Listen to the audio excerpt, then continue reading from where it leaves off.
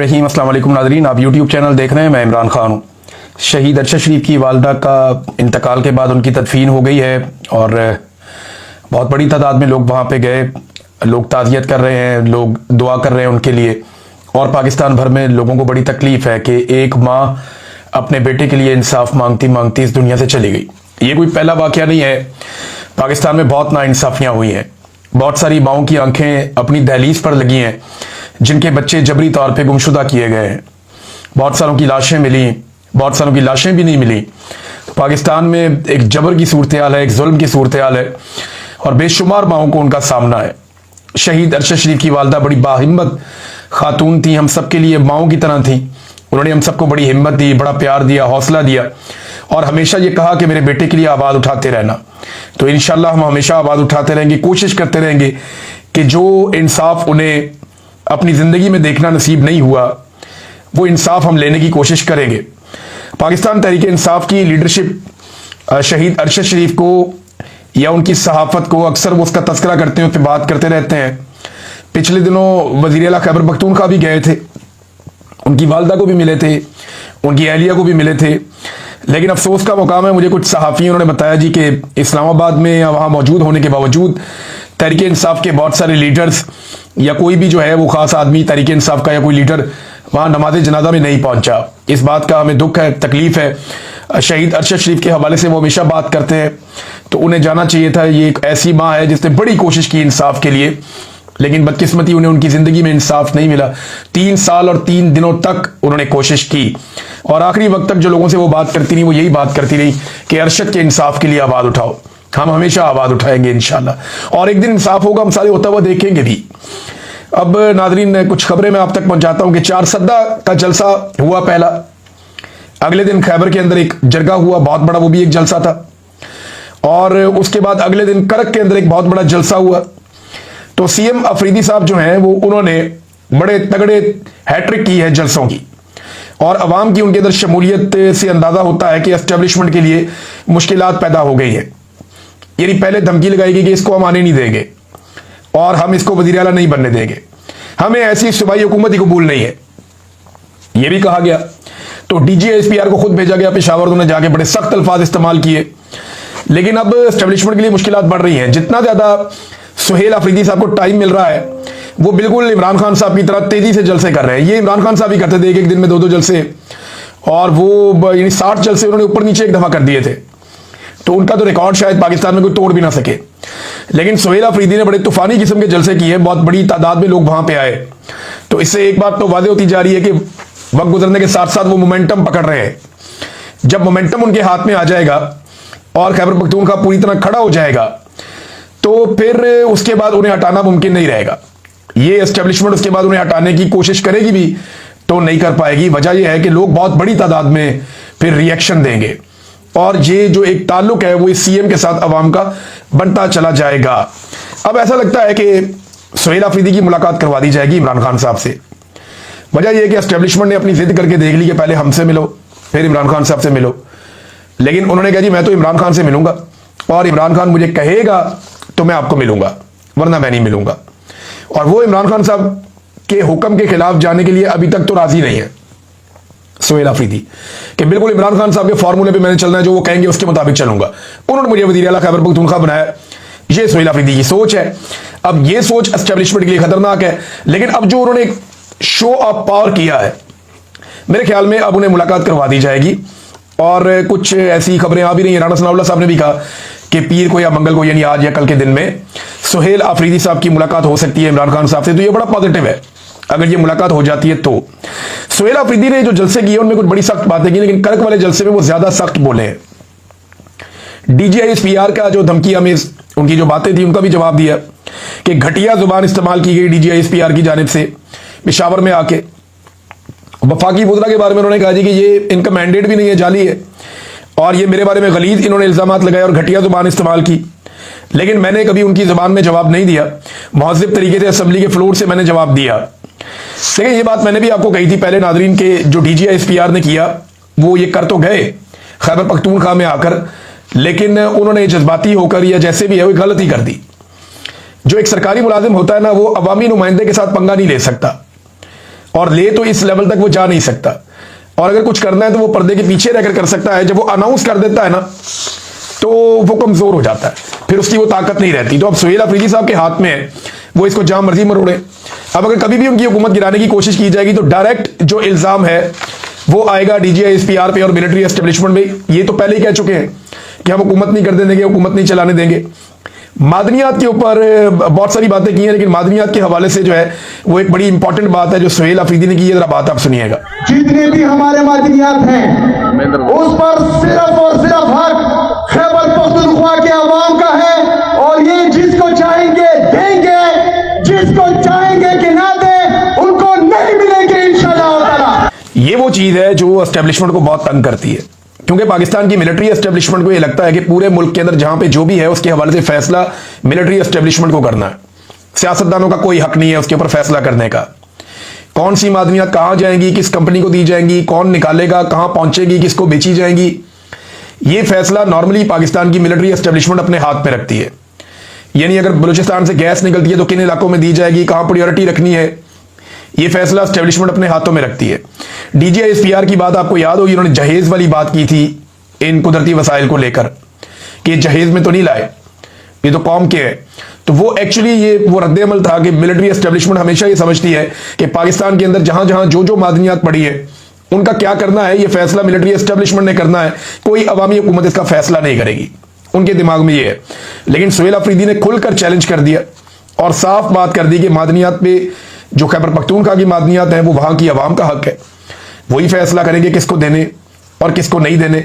तो ये बड़ी चुभती हुई बात है जो एस्टेब्लिशमेंट तक पहुंची है। डी चौक जाने के हवाले से भी अब फैसला पाकिस्तान तहरीक इंसाफ हो सकता है करे आने वाले दिनों में, क्योंकि दो हिकमत अमली हैं जिन पे आजकल बात हो रही है। एक ये कि इस्लामाबाद की जानिब बढ़ा जाए, दूसरा ये है कि तमाम रास्ते बंद कर दिए जाएं, शाहराहें बंद कर दी जाएं और पूरे मुल्क के अंदर एहतजाज किया जाए।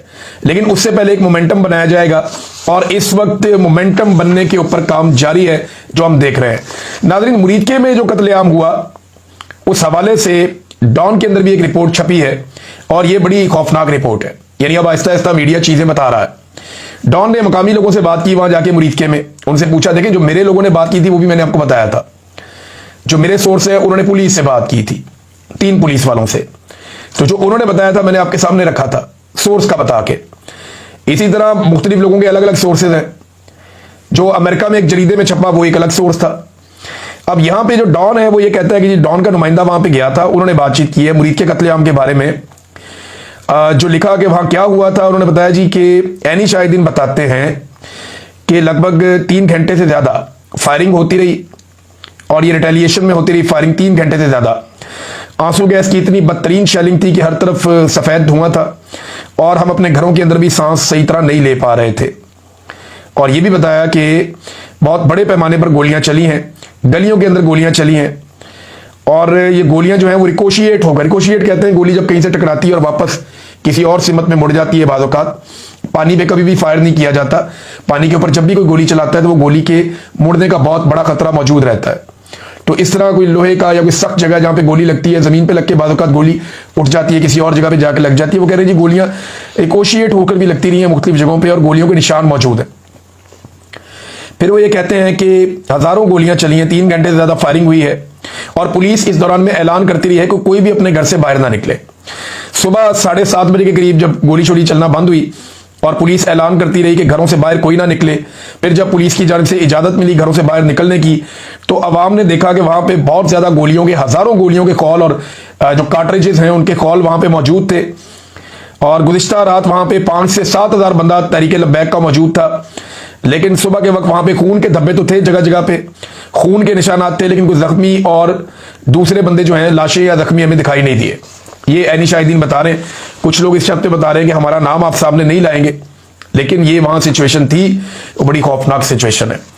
नाज़रीन, आज़ाद कश्मीर में जोड़ तोड़ जारी है। पाकिस्तान पीपल्स पार्टी को अब मौका दिया गया कि आप हुकूमत बना लें। वहां पे PMLN ने अपने हाथ खींच लिए हैं, उन्हें नजर आ रहा है कि यहां तो तबाही है।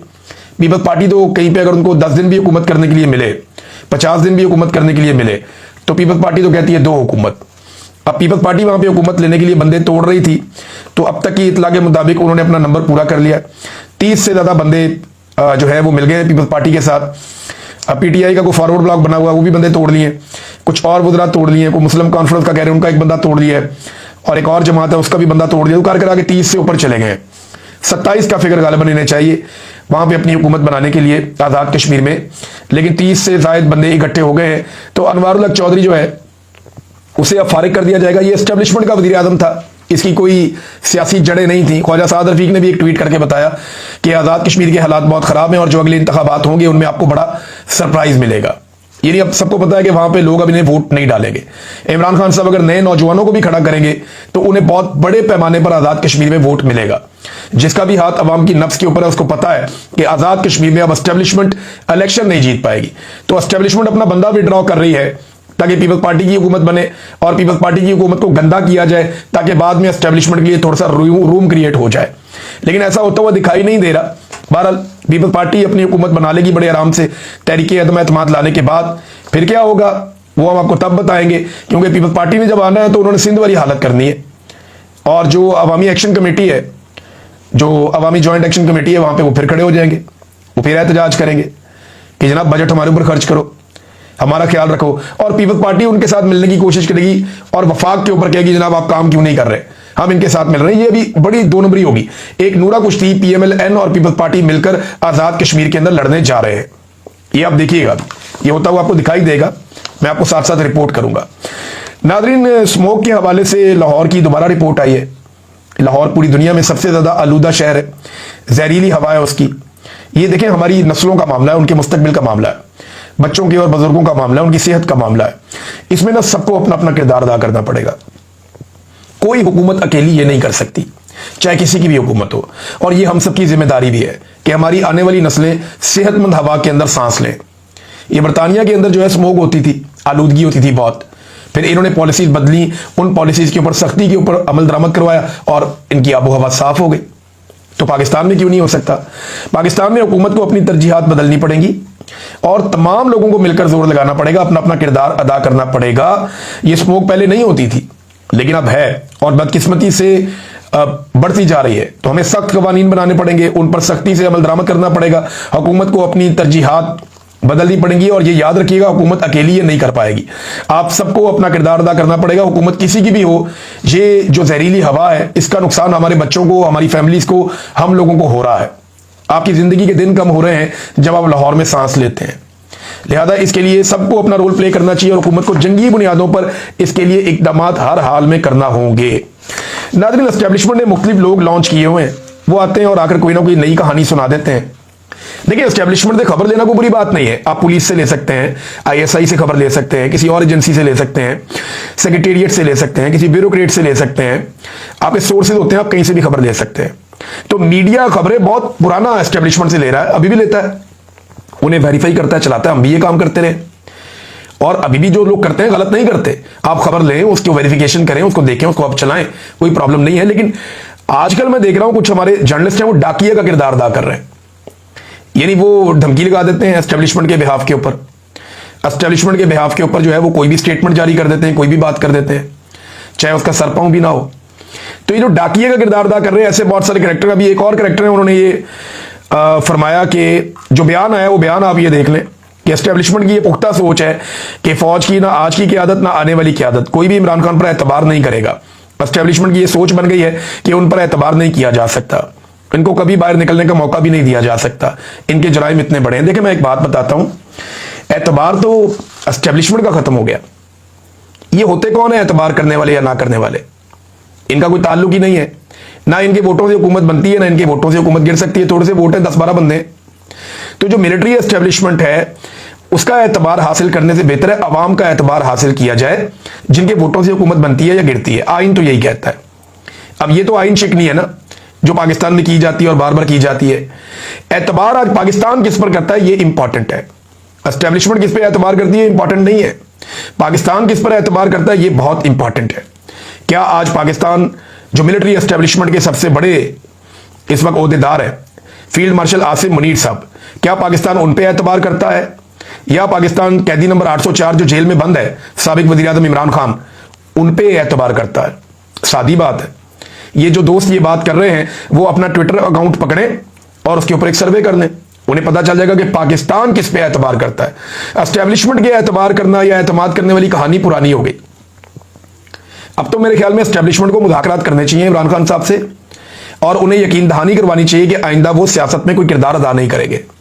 अब तो एस्टेब्लिशमेंट ने फैसला करना है कि उन्होंने अपना जो घिनौना किरदार है पाकिस्तान की सियासत के अंदर अपने हलफ की खिलाफ वर्जी करते हुए जो वो करते हैं, वो किरदार कब खत्म करना है। तो अपना वो घिनौना किरदार खत्म करें और पाकिस्तान को चलने दें। और पाकिस्तान की आवाम को इस वक्त जो एतबार है वो इमरान खान साहब पे, एस्टेब्लिशमेंट पे नहीं है। नाज़रीन, एक और खबर है, खबर तकलीफ दे है, लेकिन मैं आपके सामने रख देता हूं कि इसराइल ने तुर्क फौजों पर एतराज करते हुए गजा के लिए पाकिस्तानी फौज पर कोई एतराज नहीं किया। यानी जो तुर्की के फौजी हैं उन्हें इसराइल कबूल नहीं कर रहा गजा में, लेकिन पाकिस्तानी फौजियों को इसराइल गजा में कबूल कर रहा है, यानी उनके ऊपर कोई एतराज नहीं है। ये वाईनेट एक इसराइली जरीदा है, वहां पर भी छपी है, और इसमें यह बताया गया है कि गजा के लिए तजवीज़ की गई बैनुल-अक़वामी इस्तेहकाम फोर्स में इंडोनेशिया, पाकिस्तान और अज़रबैजान के फौजी दस्ते भी शामिल होंगे, और मिस्र जो है वो इसको लीड करेगा इन दस्तों को। और इंडोनेशिया पहले ही जो है वो इस मामले में काफ़ी आगे निकल चुका है। इंडोनेशिया का जो सरबराह मुमलिकत है वो किस तरीके से डोनाल्ड ट्रंप से बातचीत कर रहा था कि मैं आपके बच्चों से मिलना चाहता हूँ, और वो बहुत मुश्किल में बेचारा अपने मुल्क में, वो भी आपने देखा। डोनाल्ड ट्रंप मलेशिया गए, वहाँ पे बहुत बड़ी तादाद में लोग निकल आए, डोनाल्ड ट्रंप के खिलाफ उन्होंने एहतजाज किया। ये भी नई चीज़ हम होती हुई देख रहे हैं, तो ट्रंप साहब के लिए मुश्किलात पड़ रही है। बहरहाल पाकिस्तान के ऊपर एतबार किया है, यानी उनके खिलाफ कोई बात नहीं की इसराइल ने, और पाकिस्तानी फौजी जो है वो गजा में जाने वाली अमन फोर्स का हिस्सा होंगे, इसके ऊपर किसी किस्म का एतराज़ नहीं आया। जबकि एतराज़ आया है तुर्क फौजियों के ऊपर, और ये खबरें लगातार छप रही हैं कि इसमें जो ये फोर्स जाएगी ये करेगी क्या। अरब मीडिया नेशनल न्यूज़ के मुताबिक मिस्र इस बैनुल-अक़वामी इस्तेहकाम फोर्स की क़यादत करेगा। तुर्की के फौजी दस्तों पे एतराज़ है इसराइल को, और अमेरिका की रजामंदी के बाद पाकिस्तान का नाम जो है वो शामिल किया गया है। और ये फोर्स वहाँ पे काम क्या करेगी वो ये है जी, इसराइली मीडिया के मुताबिक इस फोर्स का बुनियादी काम गजा में दाखिली सलामती और पुलिसिंग को बरकरार रखना, नीज़ इसराइल की सरहदी सलामती में मदद फराहम करना और असलहे की स्मगलिंग को रोकना होगा। यानी वहां असले की स्मगलिंग नहीं होनी चाहिए, और इसराइल की जो सरहदी सलामती है उसका तहफ़्फ़ुज़ भी अब इन मुसलमान फौजों की जिम्मेदारी होगी, ये इसराइली मीडिया लिख रहा है। वैसे भी अगर आप देखें कि इस वक्त इसराइल और पाकिस्तान में काफ़ी कुर्बत और एतमाद पैदा हुआ है। इसराइली अखबारात पाकिस्तानी हुक्मरानों, खासतौर पर फील्ड मार्शल आसिम मुनीर साहब की तारीफें कर रहे हैं, जबकि पाकिस्तानी टीवी चैनल पहली मरतबा इसराइली पार्लियामेंट की बराह रास्त कार्रवाई जो है वो दिखा रहे हैं, नेतन्याहू को बराह रास्त दिखा रहे हैं।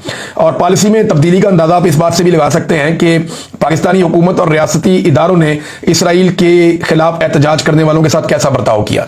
तो काफ़ी बदली हुई पॉलिसी है पाकिस्तान की भी और इसराइल की भी, और काफ़ी कुर्बत हम देख रहे हैं कि वो पैदा हो रही है, और इसमें एक एतमाद पैदा हुआ है इसराइल और पाकिस्तान के बीच में जो बढ़ता चला जा रहा है। और वो तुर्की वो एतमाद नहीं हासिल कर सका इसराइल का जो पाकिस्तान ने हासिल किया है, क्योंकि तुर्की की फौज को मना किया इसराइल ने और पाकिस्तानी फौज को मना नहीं किया। तकलीफ नहीं, अपना ख्याल रखिएगा अपने चैनल का भी। अल्लाह हाफिज़।